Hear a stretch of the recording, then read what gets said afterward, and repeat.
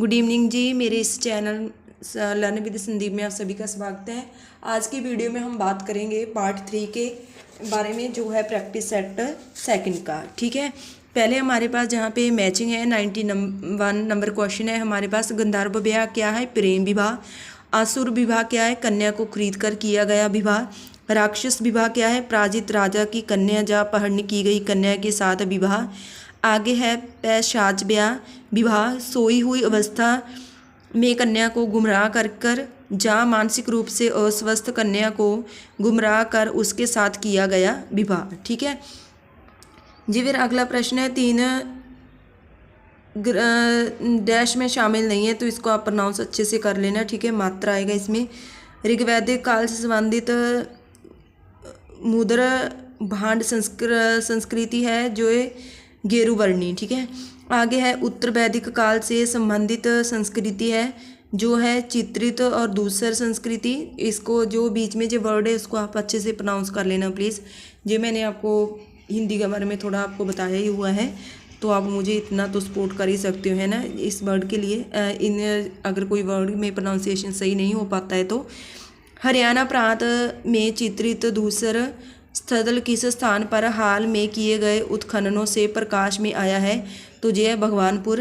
फिर आगे प्राचीनतम विवाह संस्कृति का वर्णन करने वाला विवाह सूकत किस में पाया जाता है? तो ये पाया जाता है जी ऋग्वेद में, जैसे हमने ऊपर बात की हुई अलग अलग विवाह के बारे में। ठीक है, अगला प्रश्न है ऋग्वेद में बाद योग्य नहीं शब्द का प्रयोग किसके लिए किया गया था? तो ये किया गया था जी गाय के लिए। ठीक है, आगे हमारे पास मैचिंग है, जैसे संग्रहितु है जे कोषाध्यक्ष है, भाग दूध है जे है कर संग्रहकर्ता।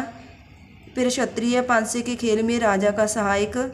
फिर है अक्षभाप है प्रतिहारी राजा प्रसाद का शिक्षक। ठीक है, फिर आगे है प्राकृतिक संतुलन स्थापित करने के कारण किस वैदिक देवता को जे से गोप कहा गया है? जिसको प्रोनाउंस कर लेना प्लीज़। ये है वरुण।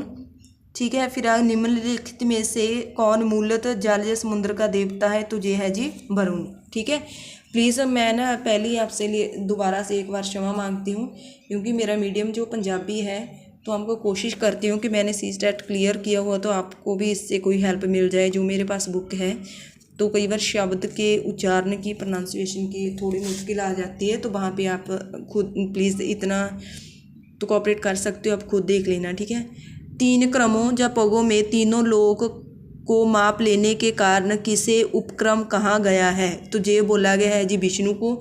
इसके साथ एक जो कथा है वो भी प्रचलित थी, जो उसने 3 पग में पूरी धरती को माप लिया था। ठीक है, फिर आगे है ये भी आपने मैचिंग है आपके पास। पूछने क्या है? विवाह का देवता रुद्र है, पशुओं का देवता जे है जगत के पिता, अद्वितीय देवों की महान माता। ठीक है, आगे है मनुस्मृति मुख्यतः संबंधित है समाज व्यवस्था से, जो हिंदू ब्राह्मण क्षत्रिय वैश्य शूद्र ये सभी के बारे में किससे हमें पता चलता है? वो मनुस्मृति है। समाज व्यवस्था के बारे में उसमें वर्णन किया गया है। गायत्री मंत्र की रचना किसने की थी? तो ये की थी विश्वामित्र ने। अवेस्ता और ऋग्वेद में समानता है। अवेस्ता किस क्षेत्र से संबंधित है? तो ये है जी ईरान से। उनमें कॉमन बात क्या है उसके बारे में बात हो रही है।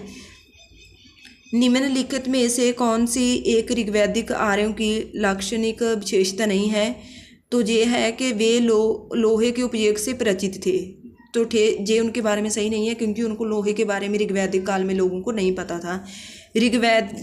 ऋग्वेद में निम्नांकित किन नदियों का उल्लेख अफगानिस्तान के साथ आर्यों के संबंध का सूचक है? जे कुबा और क्रमू। ठीक है, धर्म तथा रीति भारत की प्राचीन वैदिक संस्कृति के एक केंद्रीय विचार को चित्रित करते इस संदर्भ में निम्नलिखित कथनों पर विचार कीजिए। तो इसमें फर्स्ट और सेकंड दोनों आएंगे। धर्म व्यक्ति के दायित्वों अवय स्वयं तथा दूसरों के प्रति व्यक्तिगत कर्तव्यों की संकल्पना था। मूलभूत नैतिक विधान था जो सृष्टि और उनमें अंतर्निहित सारे तत्वों के क्रियाकलापों को संचालित करता था। तो ये उनके बारे में है, धर्म और रीत के बारे में।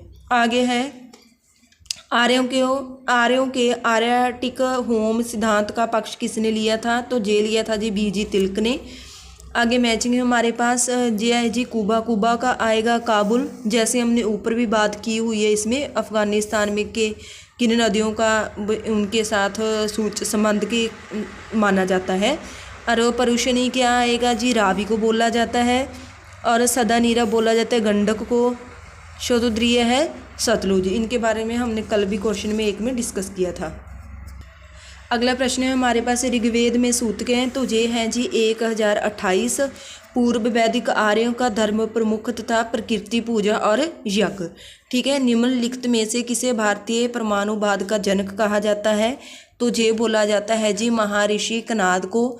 ठीक है, शतपथ ब्राह्मण से संबंधित राजा विदेश माधव से संबंधित ऋषि थे ऋषि गौतम रघुगन। ठीक है, तो ये हो गए जी हमारे पास पार्ट 3। ठीक है, प्रैक्टिस सेट था जो ये हमारा था सेकंड। ठीक है, आई होप आप सभी को अच्छा लगा होगा। अगर ये वीडियोस आपको अच्छी लग रही हैं, कोई ना कोई आपको हेल्प मिल रही है इससे, तो प्लीज़ मुझे कमेंट करके ज़रूर बताना। और साथ में मेरे चैनल को लाइक करना, शेयर करना और सब्सक्राइब करना मत भूलना, क्योंकि इसमें आप फ्री ऑफ कॉस्ट आपको ये तैयारी करवा रही हूँ CTET के लिए। ठीक है जी, आप सभी का बहुत बहुत धन्यवाद।